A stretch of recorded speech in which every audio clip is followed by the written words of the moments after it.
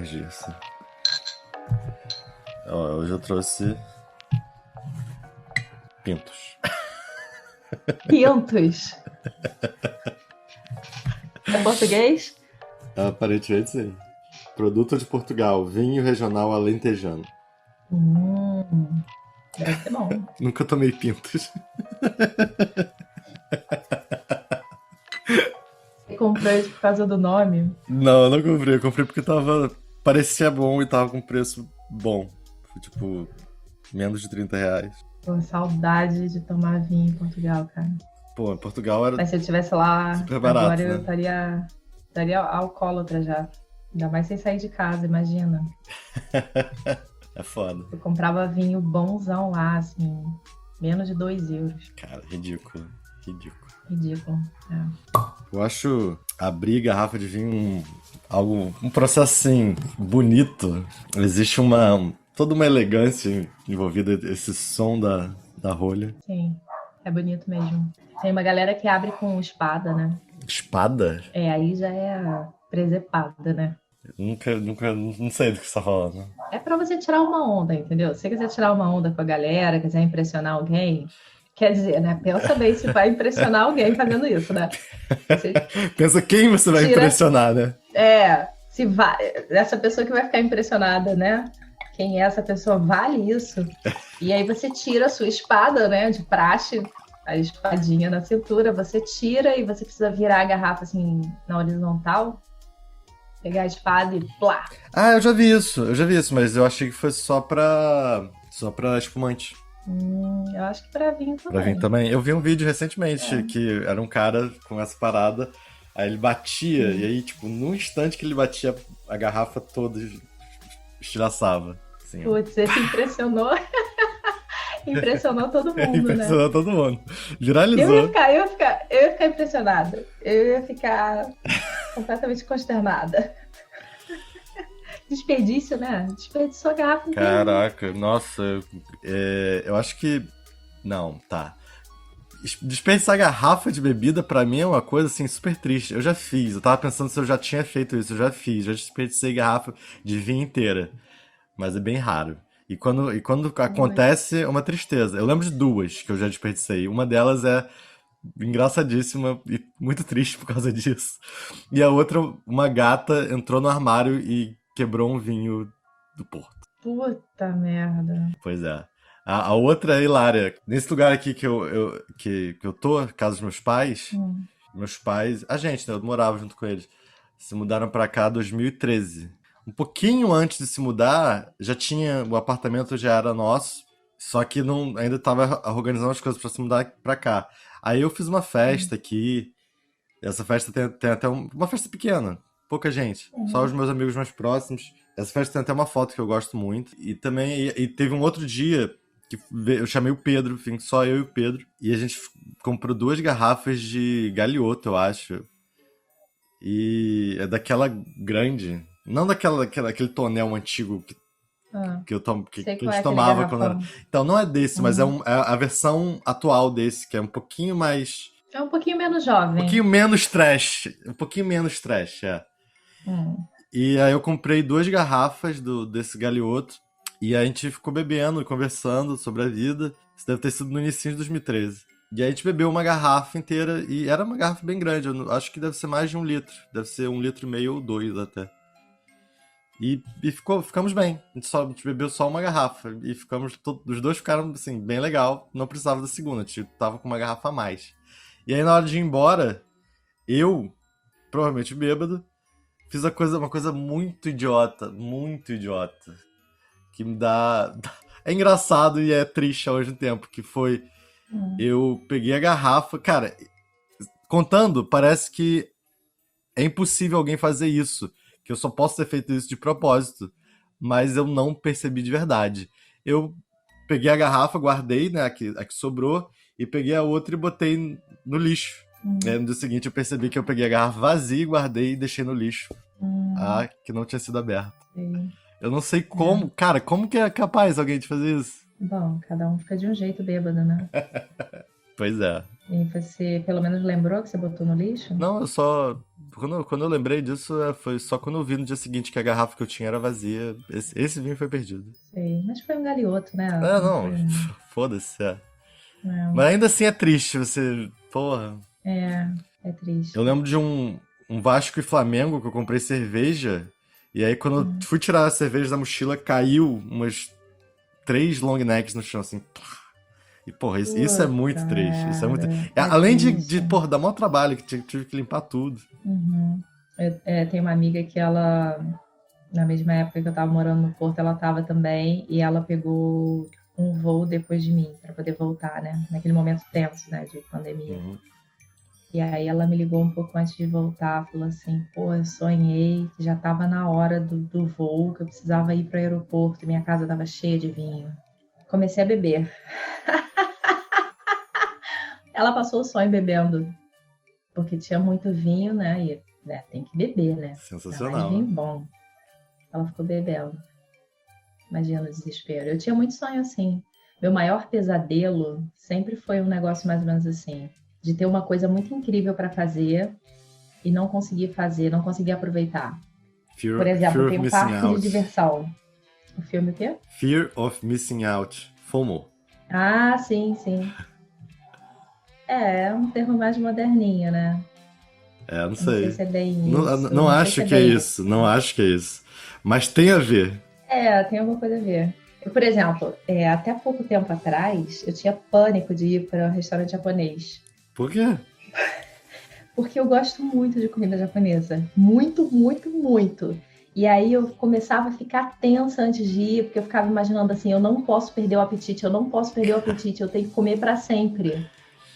E eu ficava tensa, ficava ansiosa. As primeiras peças que eu comia era assim, com o coração acelerado, sabe? É uma maluquice, uma Não, doideira. mas é uma maluquice. É uma maluquice atual. Acho que isso faz sentido. Tipo, é uma maluquice menos maluquice do que parece. É o tipo de maluquice que as pessoas ouvem e falam, porra, eu também sou assim, pelo menos um pouco. Porque eu também sou assim, pelo menos um pouco. No Japão, quando eu tava indo embora, eu sentia um pouco isso, mas era outra vibe. Era tipo, porra, foi embora. Aí Vai embora. eu comia o meu último sushi no Japão, eu comi chorando. Te entendo. Meu último mês no Japão eu não cozinhei. Meu último mês eu fui todos os dias no restaurante. Eu morava perto de um daqueles restaurantes de esteirinha, que era bem barato até. E quando tava acabando lá o tempo, eu pensei, cara, por que eu não vou lá todos os dias? Aí eu comecei lá todos os dias. Não só lá, né, mas principalmente lá. Enfim. Sim. Isso de querer aproveitar, e cara, isso é da geração, eu acho. Acho que é do momento. Mas eu acho que a gente só consegue chegar a isso quando a gente tá perto de terminar alguma coisa, né? Não sei. Então, beleza. O que eu falei, o meu, era muito sobre isso. Mas isso seu de ir pro restaurante e ficar nervosa? É porque eu já tô vendo o fim. É porque eu sei que tem uma hora que eu fico de barriga cheia e eu não sinto mais vontade de comer. E aí eu, prevendo aquela não vontade que em breve ia acontecer, eu já ficava tensa. Entendi, Entende? entendi. Sempre precisa ter uma perspectiva de morte. Senão a gente não aproveita. É igual a cidade que a gente vive. Se parar para pensar, o lugar que você nasceu e que você viveu mais tempo, né? Você provavelmente não conhece muitas coisas bacanas. E o lugar que você viajou, que você foi morar um tempo, assim, você vai conhecer um monte de coisa que talvez as pessoas lá locais não conheçam. Não, eu já pensei muito sobre isso. Eu tava querendo, antes da pandemia, ir no Cristo, porque acho que eu nunca fui. Ou se eu fui, eu era muito pequeno, não lembro. Sim. Agora, o bacana, quer dizer, pelo menos é um ideal que eu tenho, assim, para mim, é conseguir viver a vida no estado de viagem. E aí você consegue estar em qualquer lugar, mas... Uma vez eu fui passar o ano novo no Recife, com os amigos. E eu tava com uma amiga minha que era assim... É uma amiga... Sabe aquela amiga da filosofia? Que você pergunta uma coisa para ela, ela te responde qual é a fase que tá a lua? Porra, sei. Então, é essa amiga. E ela estava comigo nesse ano novo. E nós duas fomos as responsáveis por fazer as compras da virada. Nós fomos pro mercado. Responsa. E aí a gente chegou no mercado, já tinha bebido algumas e olhando assim as prateleiras com aquele carrinho vazio, a gente falou, cara, vamos levar uísque, guaraná, Elis Regina, uísque, Guaraná, Elis Regina, e foi as nossas compras, assim, uísque, Guaraná, Elis Regina, eu acho que a gente levou tipo uma fruta, assim, para poder, não sei, para não fazer muito feio no caixa, não Que é sei. Elis Regina? Alguém pegou Elis Regina. Elis Regina?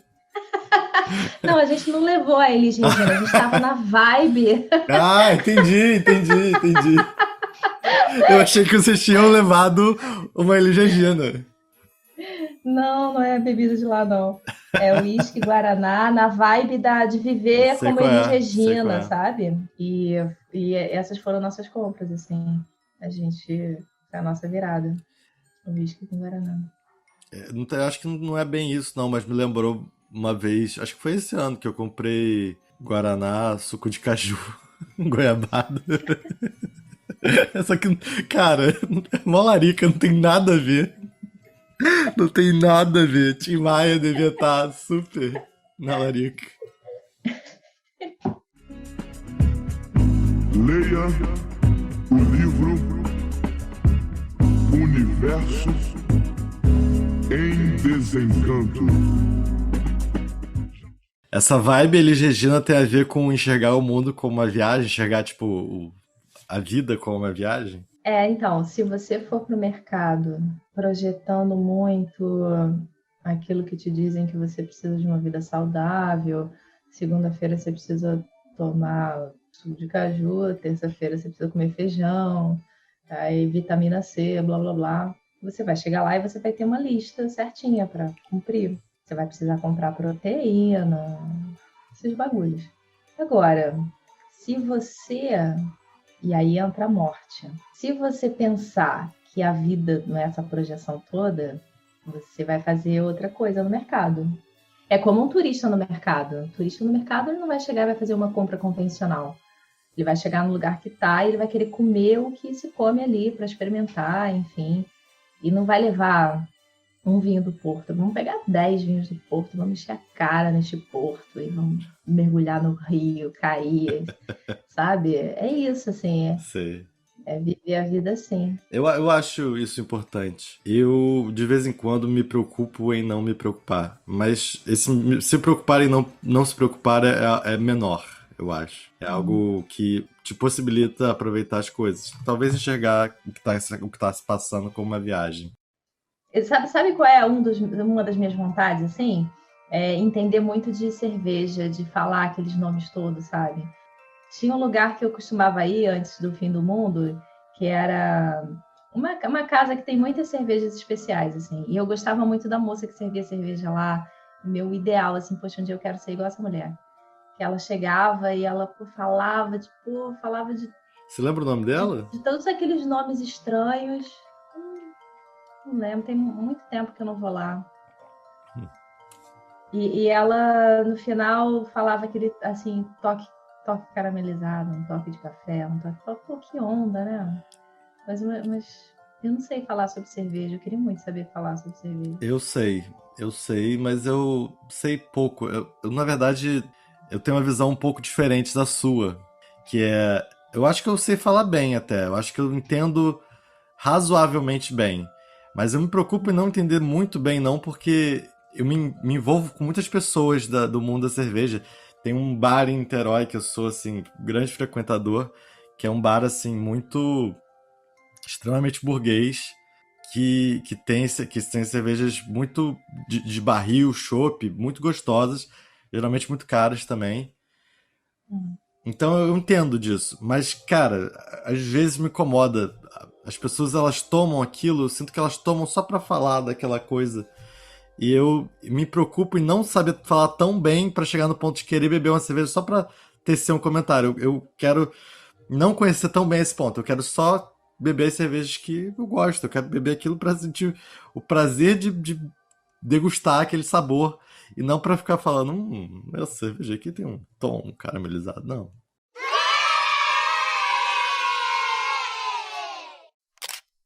Morar sozinho, não só estar sozinho. Porque eu acho que dá pra você morar com alguém e passar muito tempo sozinho.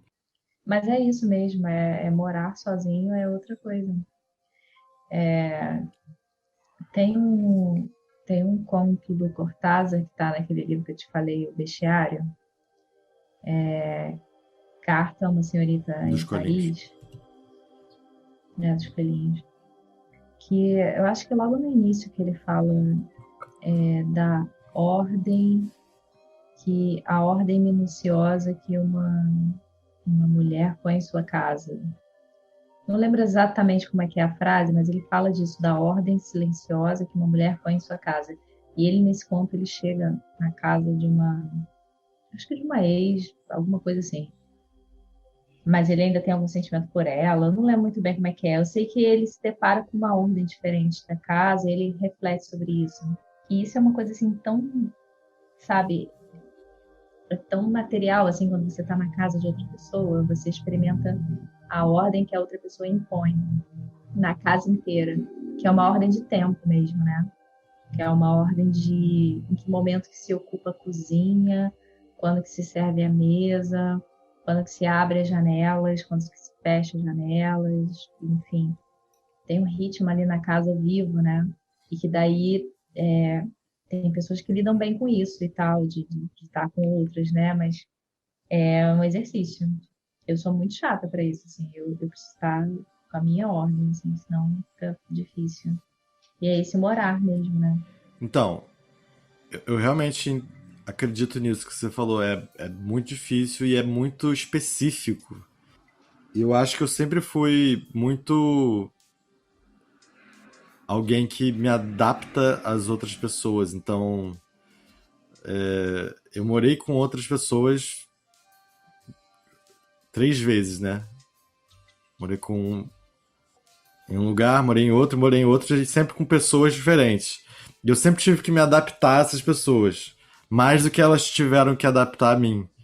E eu acho que eu tô nesse momento, até que a gente falou, eu acho engraçado porque eu lembro melhor porque eu tô ouvindo a gente, eu edito e eu fico ouvindo a nossa conversa de novo. E tem a ver com a coisa do fogo. Eu acho que eu tô no momento de saber qual é a minha forma de organização, porque eu tô sempre abaixo da organização de outro. Tipo, quando eu morei com a minha irmã, eu dependia mais da organização dela do que ela da minha. Tanto que eu acho que se ela for falar disso, ela vai falar a mesma coisa que eu falo. Eu morei com ela, e não ela morou comigo. A casa era dela. Isso vale também para os outros lugares que eu fui. Sempre era a casa da outra pessoa. Então eu acho que eu tô no momento de morar sozinho e talvez até desenvolver essa qual é a minha organização. Eu já morei sozinho antes, mas a maior parte do tempo eu morei vivendo a organização de outra pessoa. E você tem sonhado com isso? Olha, eu tive um sonho ontem que é possível é possível argumentar, eu ia falar. É possível argumentar que tem a ver com isso. Que é um sonho. É engraçado. Às vezes eu tenho sonhos que eu penso, cara, sonho sem graça, não aconteceu nada. Mas sempre quando você para e fica analisando, tem graça. É interessante. E eu acho que o sonho que eu tive ontem tem a ver com isso, que é... Eu tava no Japão, só que não era o Japão de verdade. Eu só sabia que eu tava no Japão. Na verdade, eu tava, tipo, ou em Niterói ou no interior do Rio. Era um lugar meio... Tinha uma cara de Brasil. Enfim, e eu peguei um ônibus à noite e fui nesse ônibus. Eu não sei para onde eu tava indo. Só sei que eu fui e era no Japão. Eu sabia que eu tava no Japão e eu esqueci a máscara. Eu tava sem máscara. Eu fiquei preocupado com isso, porque eu tava sem máscara, mas era noite e por ser noite talvez estava frio. E eu tava com casaco e eu comecei a tapar minha cara com o casaco. E rapidamente eu cheguei no ponto final do ônibus. Quando eu cheguei no ponto final do ônibus, eu pensei, caralho, onde é que eu tô? O que eu tô fazendo aqui? Não sei. E diante do ponto final do ônibus, falando em japonês, inclusive, o ônibus falando, esse aqui é o ponto final em japonês, eu desci e continuei andando adiante. Tipo, segui além do ponto final. E eu não sabia pra onde eu tava indo. Eu lembro de ter passado por algumas pessoas, mas era um lugar assim, era um lugar meio ermo e tava de noite. Então a sensação que eu tinha era que era tipo 1h da manhã, 2h da manhã. E eu cheguei numa praia e eu continuava indo, seguindo assim, em direção a não sei o que. Eu realmente não sabia pra onde eu tava indo, mas eu tava indo além do ponto final. E nessa praia tava tendo. É isso que. tem muito. Isso é muito comum nos meus sonhos. Tava tendo uma. Tipo um jogo, tava tendo uma partida de qualquer coisa. Eu lembro até que era alguma coisa do Botafogo. Mas não tinha ninguém. Eu sabia que tava tendo, mas não tinha ninguém. É engraçado, porque eu conseguia imaginar as pessoas, mas quando eu olhava. Eu conseguia imaginar as pessoas com camisa do Botafogo, inclusive. Mas não tinha ninguém de fato ali na praia. Eu continuei andando. Até que teve uma hora que eu acordei, simplesmente. Sim. Sem chegar a lugar nenhum. Isso acontece muito, né, no sonho, assim, de você saber que é uma coisa, não porque você está vendo aquela coisa, ou porque acontece de uma forma convencional, como acontece aqui na nossa vida em vigília, né? Mas você sabe que é, né? Isso acontece sempre. Mas, poxa, potente esse sonho seu. Pois é, na hora eu não tive essa percepção não, mas quando eu parei pra pensar, ele tem uma coisa interessante que é esse andar sozinho em direção a algo que eu desconheço e que é além do ponto final do ônibus. E de noite e num lugar vazio e escuro. E uma praia, né? E eu cheguei numa praia, assim. A praia é o encontro dos mundos, né? A praia é como se fosse a beira do mundo. Você tá ali saindo de um para ir para o outro. É a transição. Você chegou até a praia e não qualquer momento, você chegou à noite, que também é um momento mágico, né? É um momento que o mundo está mais aberto. Eu nunca pensei a noite como um momento que o mundo tá mais aberto, mas eu sempre. Eu sou muito adepto da noite, eu sou uma pessoa que funciona mais à noite. Então, eu vejo no meu sonho à noite como algo que é mais íntima. Pra mim faz mais sentido um sonho desse tipo acontecer de madrugada, não só à noite, mas de madrugada, do que de dia ou de manhã. Porque é um momento que eu tô mais em mim. Você sabe que uma vez eu tentei eu nem sei o que era aquilo exatamente. Eu sei que eu tentei uma vaga para estudar espanhol lá em Rioja, na Espanha, que é um lugar que tem uma produção de vinhos absurda. Meu objetivo era ficar lá falando espanhol e bebendo. É bom, porque uma coisa ajuda na outra, né? Você é beber e ia começar a falar aquele espanhol fluente, né? Pois é. Você sabe, esse tempo que eu tive morando no Porto, eu acabei falando mais espanhol do que outra coisa, né? Porque eu morei junto com uma portuguesa e uma mexicana. Eu e a portuguesa sabíamos falar espanhol e a mexicana não sabia falar português. Que coisa! E a gente não ajudou ela, né? Tanto que no final, quando ela estava indo embora, voltando pro México, a gente falando com ela, Lucre, por que não hablas, não sei o quê. Aí ela falou timidamente, né, que ela até sabia falar alguma coisa de português, mas como a gente falava sempre espanhol, ela ficava tímida, né? É foda. Hoje em dia ela fala comigo, hoje é até aniversário dela. Hoje em dia ela fala comigo pelo WhatsApp e tal, só em português. E ela fez questão de comprar, ela me pediu indicação de livro de português e tal. Ela queria muito comprar Saramago. Eu falei, cara, Saramago é difícil, nem a galera de português sabe ler. Saramago é foda porque ele escreve aspas errado. Pois é, enfim. E é aquele tempo do Saramago, né? Você vai ler a história, porra, o negócio rende, né? Sim, sim. Aí eu falei, poxa, compra o Fernando Pessoa, sabe? Melhor.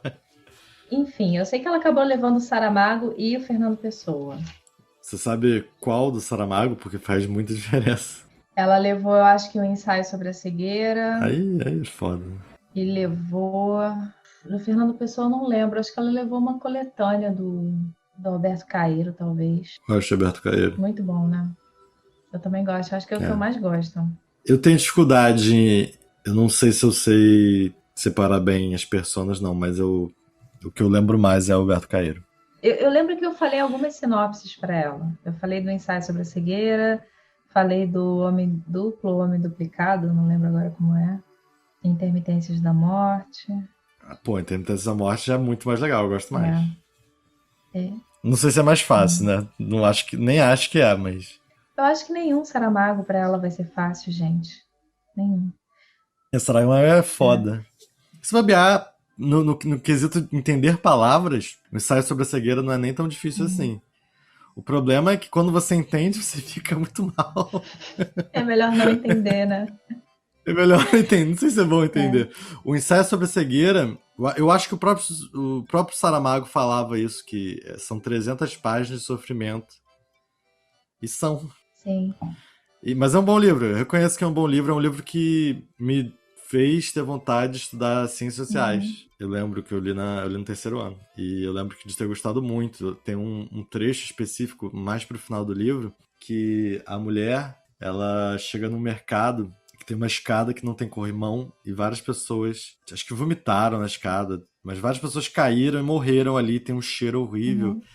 E ele descreve aquilo muito bem, que eu fiquei real, com ânsia de vômito lendo. E aí eu admiro muito isso, mas pensando super do ponto de vista da criação literária, que sempre foi algo que me interessou. Agora, porra, livro é só sofrimento. Eu li ontem O Peso do Pássaro Morto. Porra, O Peso do Pássaro Morto é só sofrimento também. Eu comecei a ler há um tempo atrás, mas eu não tava na vibe, aí eu resolvi não. Pois eu entendo. Tem que saber qual é o momento de ler as coisas, né? Mas sabe que tem o que me faz mais sofrer? Eu acho que passa por essas coisas assim também. Eu acho que essas livro e filme que refletem sobre a vida e colocam assim alguma coisa que faz a gente pensar sobre a beleza da vida de alguma forma, é mais complicado, dói mais o coração. Às vezes eu tô na merda, o que eu pego pra ler? Eu pego um negócio assim que seja uma ficção, que às vezes sabe, o livro do Stephen King, que seja um negócio assim, sei lá, o cemitério, ou um negócio assim que o povo olha e fala assim, pô, mas você tá lendo essa merda e você tá na merda? Mas é uma ficção assim que é muito longe daquela beleza da vida, sabe? A beleza da vida me dói mais. A beleza da vida, a felicidade da vida, aquilo que coloca, mesmo que seja pelo contraponto, né? Que seja trazendo essa... Porra, não dá pra mim, não. Eu acho que o que faz a vida bonita muitas vezes é uma parte muito cruel, pesada e delicada. Eu, quando quero ler alguma coisa que, tipo, tô mal, não quero pensar muito, eu leio algo que me é familiar, tipo Murakami. Você é um eu acho que fã, né, do Murakami. todo ano é muito complicado. Essa é uma questão, eu tenho uma questão seríssima com Murakami, que é quando tem uma coisa sobre mim que você não sabe, mas é quase uma piada recorrente de um amigo meu específico, o Igor. Mas é verdade, é uma piada que super se aplica, que eu sou um hipster, mas eu sou um super hipster. Sou um mega hipster. Eu faço tudo antes das pessoas e eu faço isso de uma forma muito orgânica, muito natural. É muito normal pra mim querer fazer coisas que são diferentes. Por que eu falei isso? Eu comecei a ler Murakami muito novo. Eu comecei a ler Murakami antes dele ser famoso no Brasil. Você que fez o Murakami famoso no Brasil? Absolutamente não. Absolutamente não. Mas eu lembro de estar pesquisando sobre... Aliás, você ficou triste quando o Murakami ficou famoso no Brasil, né? Porque, poxa, agora eu tô lendo um cara que todo mundo lê. Exatamente. Eu tenho essa parada também, não curto. Quando tá todo mundo lendo, eu não quero ler. Eu quero procurar um negócio diferente. Não, eu fico feliz, eu acho bom. Mas eu acho que as pessoas... Eu tenho uma relação complicada com o Murakami. Tipo Pedro. Pedro é meu amigo há muito tempo. Eu sinto que eu tenho moral pra falar mal dele. Tipo, as outras pessoas não tem não, mas eu posso falar mal do Pedro. Murakami eu já li muito. Nem todo mundo, eu acho que faz críticas, eu acho que eles têm uma visão assim muito completa da coisa. Às vezes uma pessoa elogia um livro e eu fico pensando, sei se é bem por aí. E por outro lado, às vezes as pessoas falam mal de um livro dele e eu fico pensando, nossa, não, com certeza não, esse livro é bom. Enfim, o Murakami eu li quando eu era novo. E eu lembro de ter chegado nele procurando um autor que era surreal, porque me interessava muito o surreal, me interessava muito os sonhos, e ele escreve muito sobre sonho. E eu leio o Murakami há muito tempo, e a parada é essa. Achando bom ou ruim, a narração dele me acalma. Ele pode estar narrando a pior coisa do mundo. O último livro que eu li dele tinha, sei lá, cena de estupro. Cena de tortura, cena de estupro. Nossa, o último livro que eu li dele, porra, só tem cena pesada. Mas já me é muito familiar a voz narrativa dele. Então, eu sinto que eu não preciso me preocupar muito com isso. Eu tô num território familiar. Então, pra mim é muito fácil ler Murakami. Agora, se eu gosto, já é outra questão. Te embala, né? A narrativa te embala. A forma dele falar. Sim. É complicado, porque quando eu li os primeiros livros dele, os primeiros livros dele que eu li, não são os primeiros livros dele, mais ou menos. Eu achei o máximo, porque isso eu acho até hoje. Gostando ou não de Murakami, é inegável que ele conduz uma narrativa muito bem. Ele faz uma coisa que eu admiro e que é algo que eu busco na minha narrativa, que é contar uma história com calma. Eu jogo xadrez, né? Cara, xadrez tem uma coisa muito doida que, em certos momentos da partida, você tem que fazer uma jogada rápida, porque se você não fizer a jogada naquele momento, o cara vai fazer algo que vai impedir de você fazer aquilo. Agora, em outros momentos, você tem que fazer o oposto. Em vez de você fazer uma jogada rápida, você tem que fazer uma jogada que parece que não vai mudar nada, mas vai mudar um detalhezinho para quando você for de fato atacar o seu adversário, você vai destruir ele. Tá rolando agora o torneio dos candidatos, que é tipo a Copa do Mundo de xadrez. Cara, é surreal. É um nível de xadrez assim absolutamente impensável. Eu nunca vou chegar nem à metade daquilo. Tá participando? Eu não tô participando, eu tô assistindo. Eu sou um merda, eu não jogo nada. Você assiste campeonato de xadrez? Eu assisto. Gente, que honra beber com você agora. Eu assisto, essa semana, quase todos os dias eu assisti xadrez e beisebol. Olha só que coisa. Que coisa. São as coisas que eu mais assisto, xadrez e beisebol. É. Mas que eu tô falando isso tudo? No xadrez, você vê os caras jogando pra caralho, tá numa situação assim super tensa, e aí o maluco mexe a dama uma casa pro lado. Sabe? É um sangue frio, porque ele calculou tudo. Se ele fizer aquilo, depois vai melhorar as coisas pra ele. Eu acho que o Murakami tem essa frieza. Ele pega uma cena que é super importante e ele vai se preocupando com coisas menores. E o texto dele não fica chato. O texto dele só pelo menos pra mim, transmite uma calma, porque ele tá passando tudo. Ele tá criando uma imagem completa. Às vezes enche o saco também. O último livro que eu li dele, o Crônica do Pássaro de Corda, é um livro gigantesco, que na verdade são 3 livros. No Japão saíram em 3. Fora do Japão ele saiu em um só. Cara, esse é um livro que podia ter sido muito menor. Só que mesmo assim, era uma leitura pra mim muito confortável, porque mesmo quando eu li, eu falava, cara, ele tá descrevendo a parada com uma riqueza de detalhes desnecessária. Mas é uma coisa assim tão calma que pra mim cai muito bem, orna muito bem, e é uma leitura que vai muito fácil. Eu não gostei do livro, mas é um livro gigantesco, um dos maiores livros que eu já li na minha vida, talvez o maior, mas eu li rapidinho. É um lugar que você se sente muito confortável, né? É um lugar que eu me sinto muito confortável. E aí chegamos na seguinte coisa. Eu tenho muitos problemas com o Murakami no campo ideológico. Ele fala algumas coisas, ele descreve algumas coisas que eu não acho que ele deveria descrever, ou que eu acho muito impróprio, ou que eu acho muito... não é imaturo, mas muito raso, talvez, às vezes. Que me incomoda. Por exemplo, é complicado falar sobre essas coisas, porque escrever tá muito ligado a produzir sua verdade. E aquela talvez seja a verdade dele, e aquela talvez seja a verdade de muita gente. Mas às vezes soa muito, muito ralo pra mim, que é... ele tá no... ano passado eu li Os Anos de Peregrinação do Incolor Tsuru Tazaki. Eu acho que é esse o nome. E nesse livro, cara, tem uma cena que é um reencontro, assim, de amigos de infância, muito tempo brigados e fora do Japão, ele saiu, o cara viajou ao Japão porque ele precisa resolver uma questão, assim, muito importante pra vida dele, e aí ele tá com essa amiga dele, ele vai, aí essa mulher, ela se mudou pra Finlândia, mora com o marido, tem filho pequeno, e eles estão conversando sobre o passado, sobre coisas que aconteceram no passado, porque a história do livro gira em torno de ter acontecido alguma coisa no passado que esse personagem principal, esse protagonista, parou de falar com todos os amigos dele e ficou sozinho no mundo. Então eles estão falando sobre isso, sobre um fato assim crucial para a vida dele. E é todo cheio de nuances bem complicadas. Cara, e aí eles se abraçam. É um abraço de amigos. E ele descreve a sensação dos seios dela no corpo dele. Se por um lado eu sinto que isso é um verdadeiro, por outro eu acho tão inapropriado, tão nada a ver. Mas Cara, olha só, você não acha que isso é... Tá, você acha que isso caiu bem enquanto forma literária, assim, para o personagem, isso caiu bem?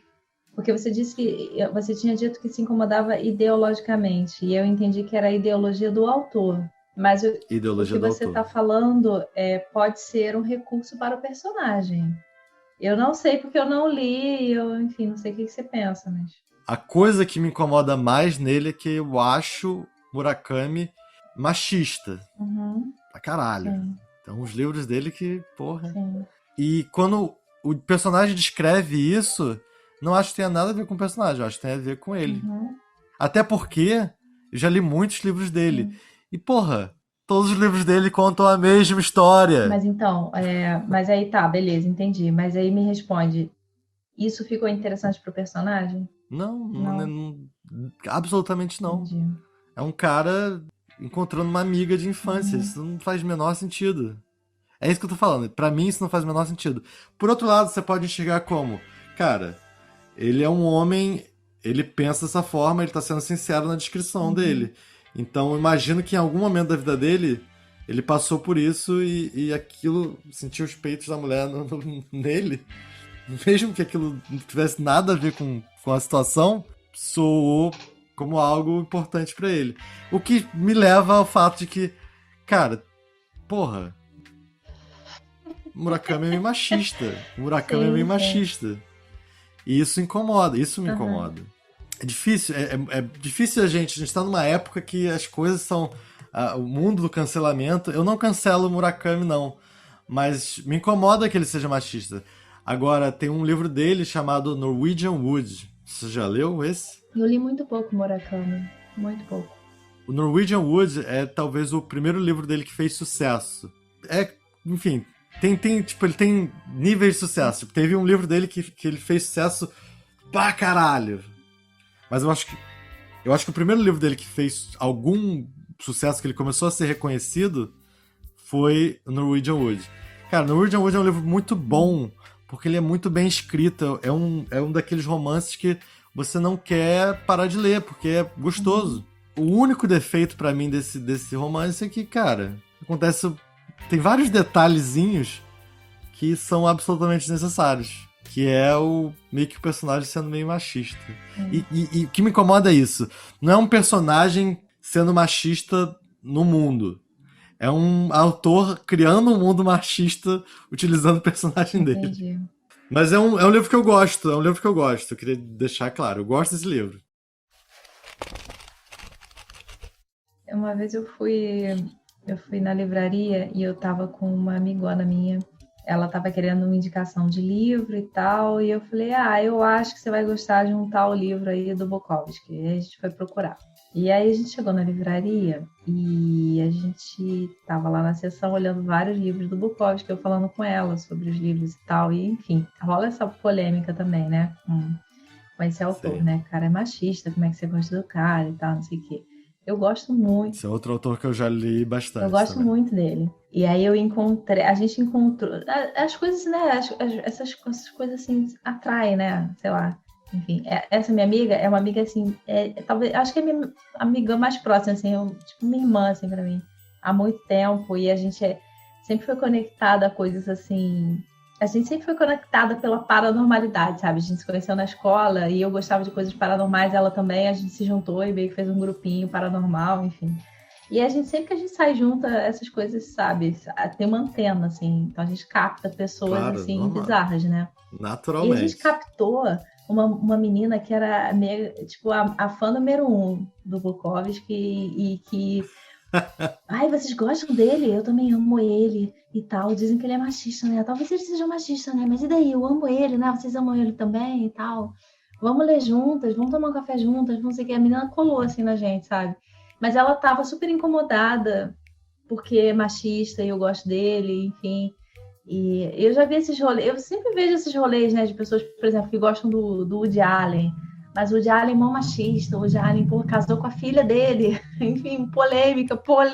Marro numa polêmica, cara. Os caras que eu pego pra estudar tem polêmica. O Castanheda cheio das polêmicas. O Castanheda, porra, comia geral, ia fazer o ritual lá dos índios.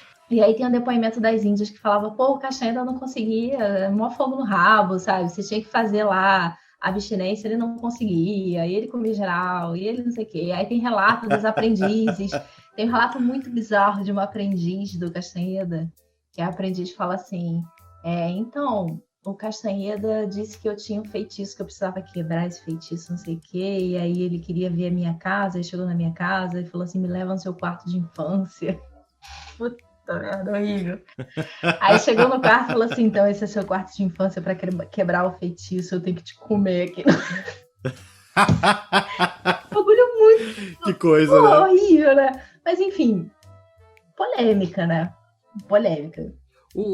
Eu acho que tem casos e casos. O Bukowski, por exemplo, ele, pra mim, o grande problema do Bukowski são as pessoas que idolatram ele. Que são pessoas que idolatram qualquer coisa, viram um grande problema de qualquer coisa, né? Sim, mas existem algumas obras específicas que juntam grupos de pessoas muito idiotas, que começam a idolatrar aquilo absolutamente pelos motivos errados, digamos assim. O Clube da Luta. Você já leu o Clube da Luta? Você já viu o filme? Já. Cara, Clube da Luta é um livro bom e é um filme melhor ainda. Só que criou um culto de um monte de homem idiotas sobre aquilo. Mas é uma obra boa. Se você for parar pra analisar os pormenores filosóficos dela, talvez você encontre coisas meio questionáveis. Mas como obra literária eu acho bom. Eu acho o filme melhor ainda. Melhor do que o livro. Eu li o livro primeiro. Só que, pra mim, Clube da Luta é um bom exemplo de... As pessoas que idolatram aquilo, cara, são pessoas... Criou-se um bando de pessoas que... Um bando de babaca. O Bukowski, pra mim, tá muito próximo disso. Porque o Bukowski, ele todos os textos dele, tudo que ele escreve fala muito sobre isso que eu vou falar agora, que é... Ele tem uma sinceridade muito grande. E ele é um babaca. Sim. E eu acho isso bom. O personagem é perfeito. O babaca que ele faz é perfeito, cara. Não tinha como não ser babaca. Não existe como... Não tem como fazer Bukowski politicamente correto, cara. Senão você estraga o bagulho. Tem que existir isso, sabe? Agora, o que acontece é que um monte de homem ama o Bukowski porque se vem, tipo... Vem como um exemplo de um cara que é babaca e aquilo valida a própria babaquice dele. Então, ele gosta do Bukowski absolutamente pelos motivos errados. Sim. Ele gosta do Bukowski porque ele fala, eu sou igual ao Bukowski, eu sou machista, ele é machista, então tá tudo bem. E, cara, o Bukowski escrevia muito bem, só que ele era um babaca. Então é complicado. Existem outros casos. Por exemplo, o Murakami já acho que é um pouco diferente. Porra, o Woody Allen, então. O Woody Allen é mais tenso, eu acho. Não. Você é burro, cara. Que loucura. Como você é burro. Que coisa absurda. Eu queria levar um Lero com Bukowski. Devia ser um bêbado. É aquilo que dizem, né? O foda é que as pessoas acham que qualquer bêbado fica igual ao Bukowski, né? As pessoas se acham muito interessantes porque acham que ficam bêbados ficam igual ao Bukowski, mas você não fica igual ao Bukowski quando você fica bêbado. Você só fica um bêbado chato.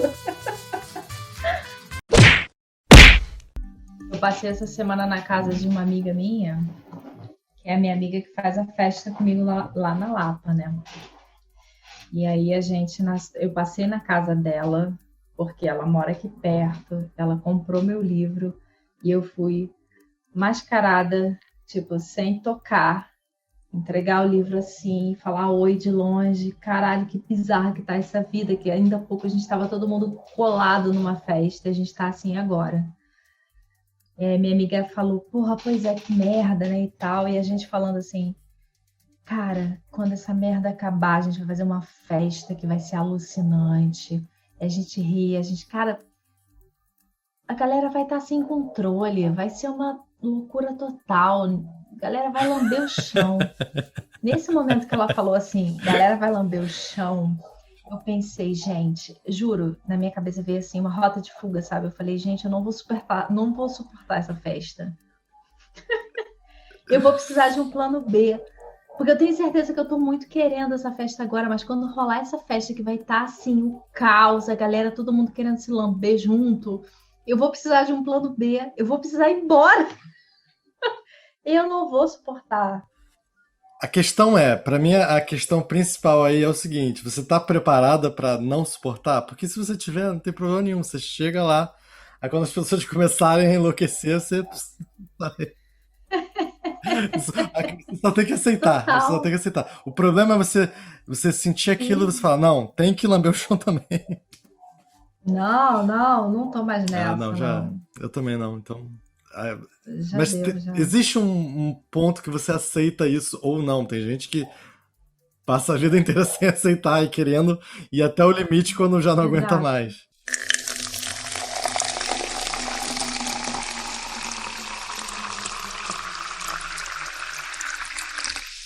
Pô, mas você sente vontade de fazer xixi, você prende? Não, Não não, não, prenda seu não é isso que xixi. acontece, não. O que acontece, e isso eu acho que é, porra, científico, todo mundo sabe disso, é depois que você faz xixi a primeira vez, você começa a fazer xixi várias vezes. Não, isso não é científico, isso é conhecimento de Cara, bar. eu sei que isso é conhecimento de barra, mas eu acho que isso é um conhecimento tão sólido que eu acho que ele tem bases científicas. É lógico que é sólido, porque toda vez que você vai fazer xixi no bar, a discussão é essa. Eu já escutei discussões homéricas de o homem aguenta mais tempo porque ele tem um canal maior, porque fica preso no pênis. Porra, que loucura, mano! Não tem como. Eu juro que eu já escutei essa. Eu apertada, louca pra fazer xixi, e as minas na minha frente discutindo que o homem aguenta mais tempo porque tem o pênis. Vai se fuder. Então, Fica guardando xixi ali, ó, na beiradinha. não, Não não é dá. isso que eu tô falando. Mas eu realmente acredito que uma vez que você. Sabe, eu tenho a forte convicção, se não existe um artigo científico sobre isso, deveria existir. Que quando você faz xixi uma vez, depois você vai fazer muito mais. Então, eu demoro pra sentir vontade de fazer xixi a primeira vez, é isso. Não, beleza. A nossa experiência nos fala isso. Mas olha só, você tá na sua casa, você não pode fazer um xixi aí, você não fez um Então, eu não xixi senti aí. vontade ainda. É. Né? Mas eu sei que depois Poxa. que eu fizer a primeira vez, eu começo a ir mais. É, Não, depois que vai eu a tenho uma primeira, história vai excelente que sempre. eu sempre fui assim. Exceto um dia da minha vida que eu tive um revertério e eu não, cara, nunca depois disso, nunca antes, só nesse dia, meu corpo entrou em curto-circuito. Fica aí uma dica aí, vou dar uma dica aqui assim, cultural pra todo mundo que talvez não sirva mais por causa da pandemia, mas antes da pandemia servia. Uma pena. Você, será que um dia a pandemia vai ser erradicada para isso que eu vou falar agora fazer sentido de novo? Vou explicar. Eu estava em Dublin e uma das coisas que tem para fazer em Dublin é você ir na fábrica da Guinness. A fábrica da Guinness é um lugar bem legal, inclusive. Você paga não sei quantos euros para visitar a fábrica. É tipo um museu, né? Não é bem uma fábrica, mas tem uma coisa de turista mesmo. E você paga alguns euros, sei lá, 5 euros na minha época, por aí. Você paga um pint de Guinness. Então, você, pagando o ingresso, você já paga esse pint. Você até bebe um outro pequeno antes, mas esse outro você paga. E é o seguinte, você faz a visita, você vai subir nos andares, são vários andares, até que você chega num deles que é o final da visitação, guiada, que você aprende a botar, né? Pour your own Guinness. Você aprende a botar o chopp. Como é que funciona? É idiota. É realmente muito simples. Mas é legalzinho, porque você. Geladinho. Não, tem toda uma parada que você bota de um lado, e aí quando o líquido chega na altura da logo, você bota a espuma. É só isso. Uhum. Não tem Sim, nenhum tá. mistério. Ah, você acabou com o mistério, essa Ah, é a na questão. verdade, eu não acho que eu acabei. Eu acho que qualquer pessoa que tiver com a torneira na mão vai fazer um bom trabalho. Só que eles têm assim, vamos ter o jeito certo, o jeito da Guinness. Não, torneira na mão é o A poder, torneira na cara. mão. Mas vai, Enfim, e aí continua. você bota, você pour your own Guinness, você bota a sua própria Guinness, e aí do lado é tipo uma sala grandinha, cheia de mesa e cadeira, e aí você senta e bebe. Só que o que acontece? As pessoas, aquilo faz parte da visitação. Uma galera bota, deixa lá a cerveja e vai embora. Ou, tipo, senta com os amigos, todo mundo bebe, mas aquela pessoa não quer beber, deixa a cerveja ali. Eu fui lá, tava eu e a minha namorada na época. A gente sentou, bebeu a nossa, a gente se ligou que as pessoas estavam indo embora e deixando a cerveja. A gente foi e pegou a cerveja das pessoas. E a gente começou a beber enlouquecidamente.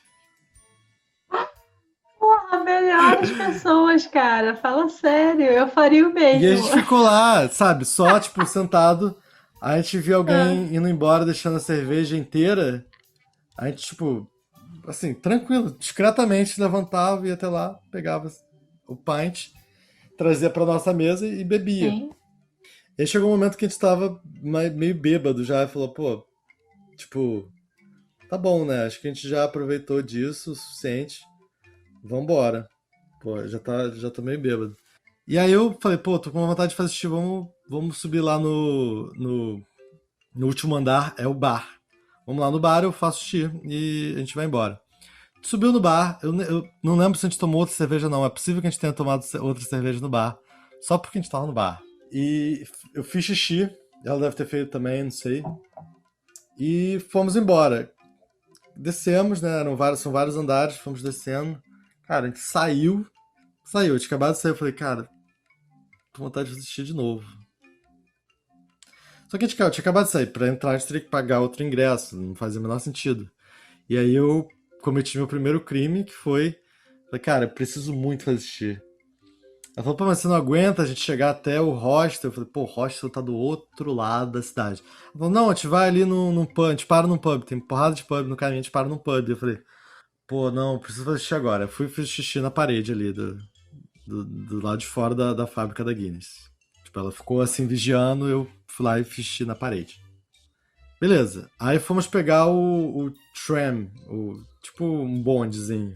Porque o nosso hostel de fato ficava do outro lado da cidade. Não é muito grande, porque Dublin não é tão grande assim, mas era um caminhozinho. Deve ser o quê? Uns 15, 20 minutos de bonde. Cara, eu tava esperando o bonde. Aí eu virei pra ela e falei assim, então, pô, te falar uma parada. Não sei o que tá acontecendo, mas eu preciso fazer xixi de novo. Pô, caraca. E eu nunca tive isso antes, nem depois desse dia. Mas como assim não sabe o que está acontecendo, gente? Quando você bebe, Quando você bebe bebe xixi. cerveja, é xixi. Cara, eu sei, mas não fazia sentido. Eu tinha acabado de fazer xixi 2 vezes. Porra, mas vocês beberam cerveja pra cacete. Pô, mas eu fiz muito xixi. Eu achei que eu tinha liberado todo o líquido. Enfim, e a gente tava esperando, tava quase chegando. Eu falei, porra, 15 minutos de viagem, eu não vou aguentar.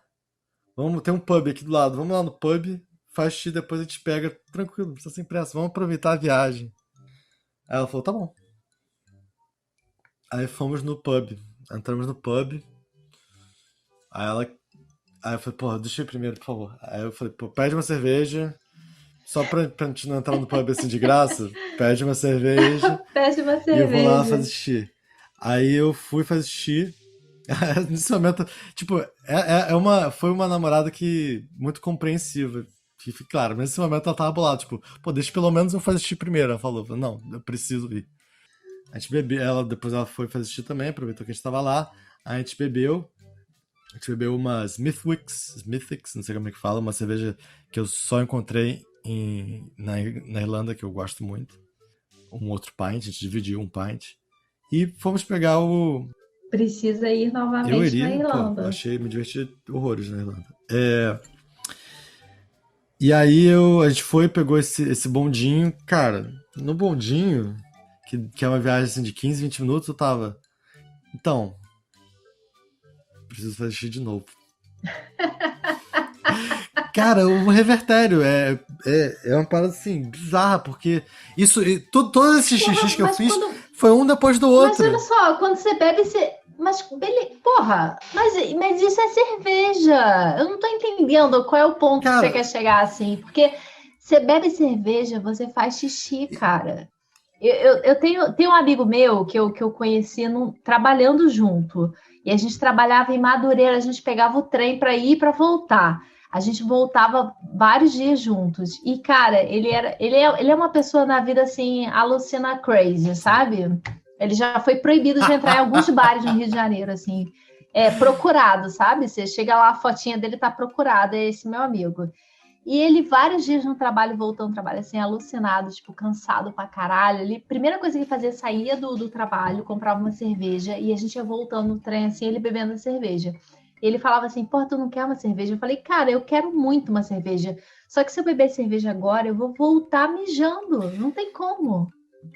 Cerveja é xixi, cara. Eu gosto de cerveja, pra mim é assim, vamos lá na Lapa, a gente para ali no arco-íris, a gente senta no arco-íris. Eu vou beber cerveja e vou mijar, vou beber e vou mijar. Só não boto fralda porque eu não tô nessa, precisa, sabe? né? Ainda não rola essa estética de fralda, né? Pois é, mas tipo assim, se a gente for beber na praia, um dia que a gente. Se a gente algum dia for fazer o podcast na praia, eu vou beber cerveja. Porque eu vou estar mijando. Aí as pessoas sabem que eu vou estar falando e mijando. Porque eu vou estar mijando dentro da água. Porque cerveja é xixi, cara. A praia tem esse total, pró, tem né? o pró total. É xixi. Xixi na água, xixi na água. No mar, com as águas. Cara, mas não é tão simples, porque foi muito próximo no outro. E foi uma vontade, assim, absurda. Eu tava quase me mijando. Eu entendo que isso pode parecer normal, mas não era. Tanto que a minha namorada, na época, pô, ela era uma pessoa que tinha dificuldade de segurar o xixi. E, cara, ela tava embasbacada com a sequência de xixis que eu fiz. Que foi, assim, ridículo. Foi várias vezes em muito pouco tempo. E porque eu não terminei, né? Quando a gente saiu do bondinho, eu tava quase me mijando e eu cometi outro crime que eu não aguentei andar um percurso de, sei lá, 300 metros e fiz xixi na parede de novo na rua antes de chegar no hostel porque eu não aguentava. Eu já teria comprado uma fralda. Total. Você sabe que a galera que vai assim pra Rock in Rio, esses shows assim, tudo vai com fralda, né? Aí é foda. É uma merda, né? Mas, pô, você tá sentindo essa vibe, tá o tempo todo no xixi, Não, eu só bota senti fralda, isso uma cara. vez na vida, eu não passo por ele, eu não tenho esse problema. Esse dia foi o dia que meu corpo entrou em curto e aconteceu isso.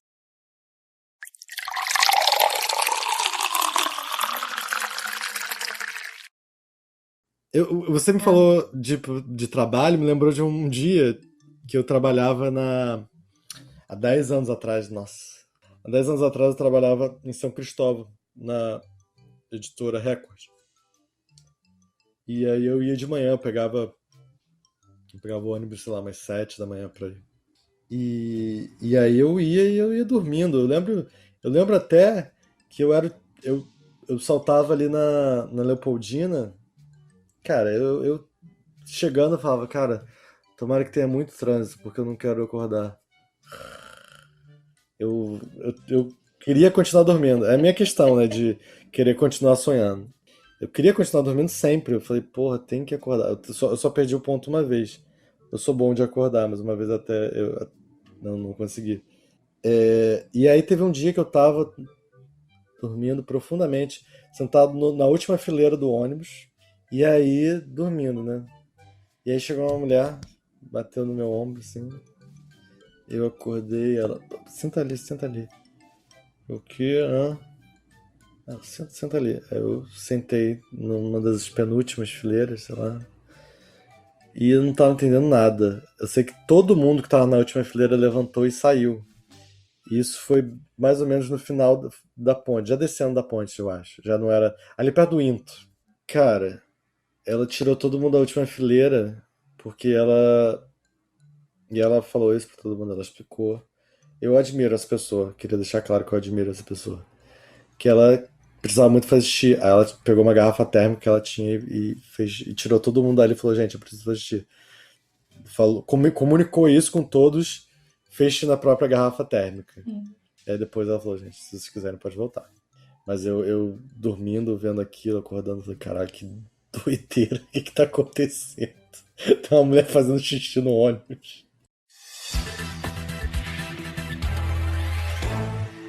6 e ônibus, ou melhor, 6 horas, 11 minutos. Os ônibus da capital. Sabe que eu tenho...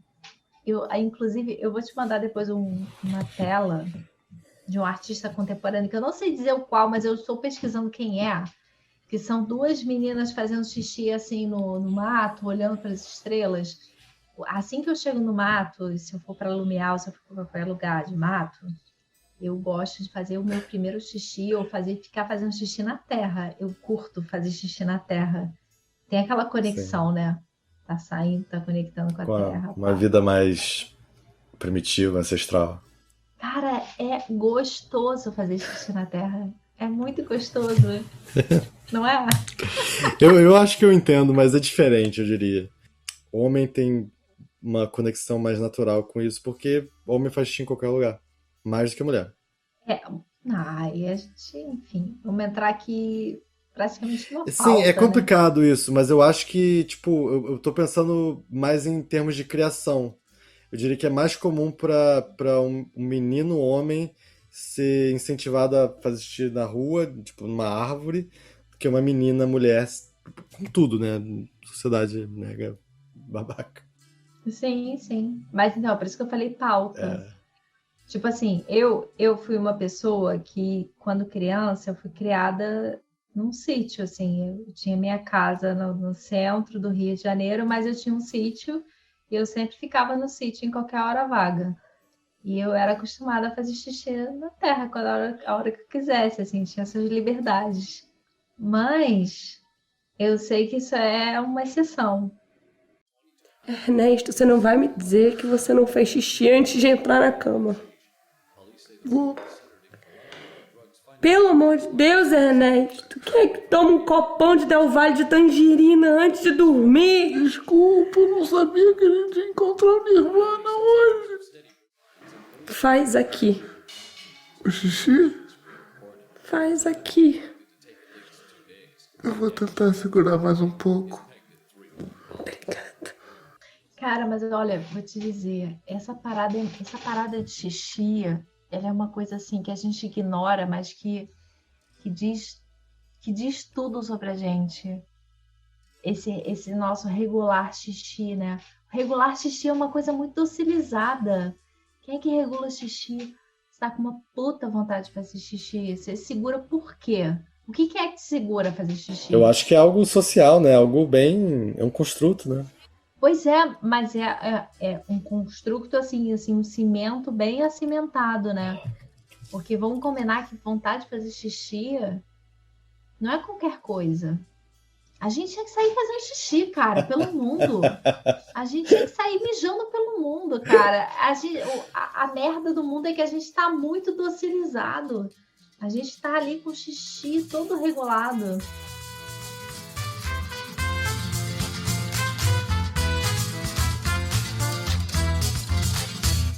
Pô, lembrar de várias coisas, né? Xixi é uma coisa forte na vida, né?